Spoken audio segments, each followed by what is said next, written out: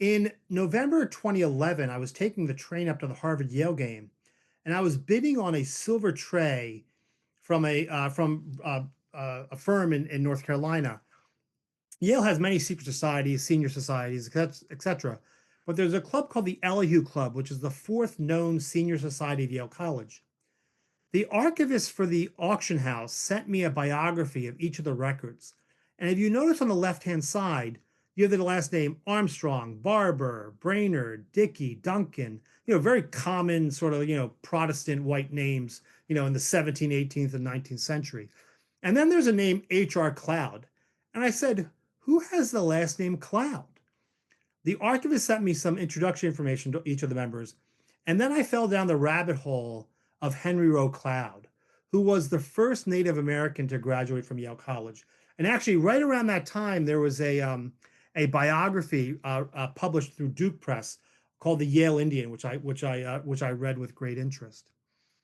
About a year later, I was trolling the internet, and there was a gentleman who was selling beaded napkin ring holders from the estate of Henry Roe Cloud. And I emailed that gentleman. I said, why are you selling beaded napkin ring holders from the estate of Henry Roe Cloud? He said, I'm his great grandson. And I said, look, I'm not interested in beaded napkin ring holders. What else do you got? He said, he said, you know what? I own all his papers. I own his Yale degree, his high school degree, his master's degree. I own a bunch of photographs, and I own a couple of manuscripts. I said, okay, what do you want for it? And we negotiated. I sent him payment by PayPal, sight unseen, but he had called the Yale Library the year before, and he tried to sell these items to the university. And the university would accept donations, but they weren't going to pay for it. I gave him my word that I would donate these papers to Yale within 2 years after if he sold them to me. Now, as a financial aid student coming from Yale, this was a great triumph, because here it was, the first Native American of Yale College. And Yale College went from 12 colleges to 14 colleges in the years thereafter. And Henry Roe Cloud was rumored to be on the short list to have a college named in his honor. And one of the colleges that was named has since been named after Benjamin Franklin. So these are some photographs. I showed you the Yale degrees, and these are some photographs of Henry Roe Cloud. One photograph of particular interest to me was from the Elihu Club elections for Henry Roe Cloud, because Henry Roe Cloud was the first Native American to be elected to a secret society at Yale University, and he was elected in November of that year. And his great granddaughter, wrote a recent biography in the last 10 years, and she said Henry Roe Cloud's classmates said to Henry Roe Cloud in his room, "What have you done? What have you done to deserve election to the Elihu Club? What have you done?" Charlie Munger, who I go to the Berkshire Hathaway meeting every year, and Charlie Munger, who was Warren Buffett's vice chairman of Berkshire Hathaway, says, the world is not driven by greed. The world is driven by envy. And you could see that in the words of Henry Roe Cloud's roommate at that time. And that story has been passed down through the family and thankfully has been documented. Well, what I love about Elihu Club is it gave me an entree to introduce this collection in June of 2013. So I bought the silver tray in 2011. I bought the papers from Henry Roe Cloud's great-grandson in November of 2012. And in June of 2013, I spoke with Senator Joe Lieberman, former candidate for vice president of the United States, who was a member of the Elihu Club and who grew up in New Haven. And I said, Senator, I own the private papers of Henry Roe Cloud, who was in the Elihu Club, and he was very gracious as he listened to me, wax on for a good few minutes. A photo of Henry Roe Cloud has been featured in Famous Yale Students, which was within Yale University. This was sent to me by one of their former communications directors, Amanda Patrick, with great thanks. And also, when the great-grandson said, yeah, there's an unpublished manuscript in these papers, I got the manuscript, and right before donation, I did detailed research, and I found the published work of this manuscript. And this is actually Henry Roe Cloud's famous manuscript, From Wigwam to Pulpit, a red man's own stories of his progress from darkness to light. And I want to read these two sentences to you because I get so obsessed with the wording here.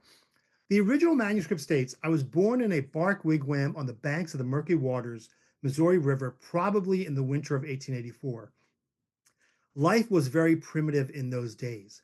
Those are his original words. If you take a screenshot of this page, in the editor edited as in the bark wigwam on the banks of the murky waters in Nebraska, where I was born, life was very primitive.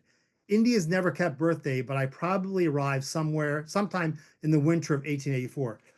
I don't agree with the editor's version. I think the original version is what really captures the spirit of Henry Roe Cloud. And as I often say when I speak about this, I think this is the basis of a senior essay for a future student in Yale College or any college. And you can even see in the first sentence of his obituary in the New York Times, Henry Roe Cloud, a Yale graduate who was born in a wigwam on the banks of the Missouri River.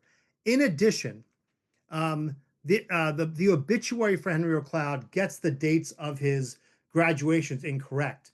In the last sentence, it says Dr. Cloud attended Oberlin College after getting his master's degree in anthropology at Yale, and that's not true. If we go back, you can see that he got his anthropology degree in 2013, and he got his master's in 2014. And actually, Yale President Salovey, in his first year in office, wrote about Henry Roe Cloud, and he also got the year of his master's incorrect. He got his master's in 2014. So this collection corrects errors in history. I love this document. This document is from Cheng Teng T. Wang, who was Yale class of 1910, who was a father of the Olympics in China. And he and Henry Roe Cloud were dear friends and chums. And 28 years after graduation, Henry Roe Cloud was based in Washington, D.C., and he was invited to the Chinese ambassador's residence for tea. And there were 400 folks who showed up in the snow.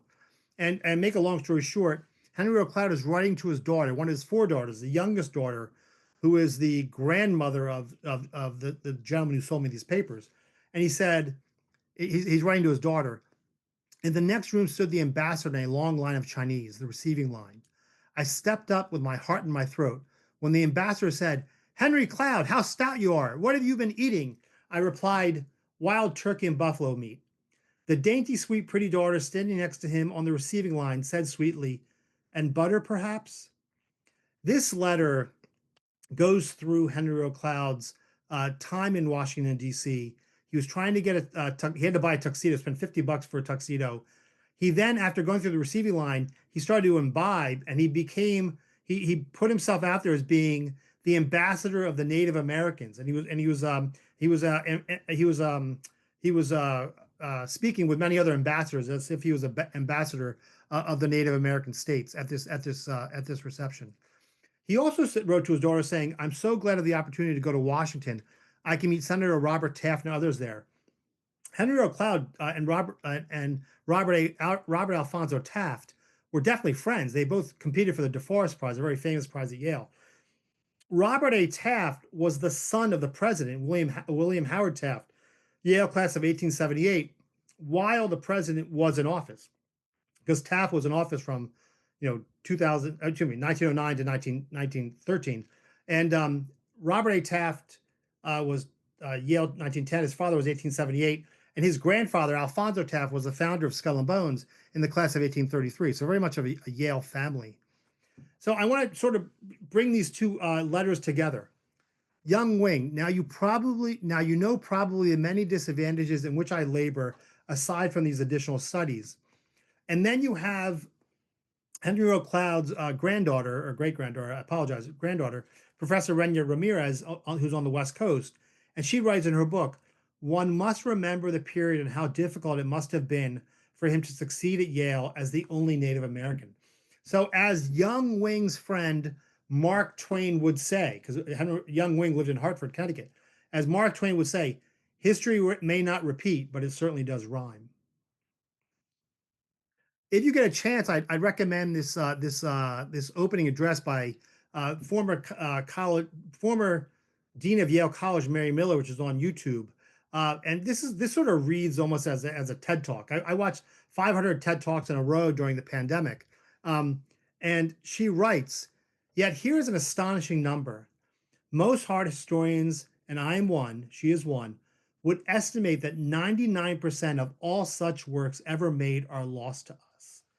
And this is a very powerful statement as I consider historical documents to be art, and I think that 99% of documents are actually lost to us, and we're as fellow collectors and dealers and archivists and curators, we are looking at these documents and hoping to give us great insight on the past and potentially on the future.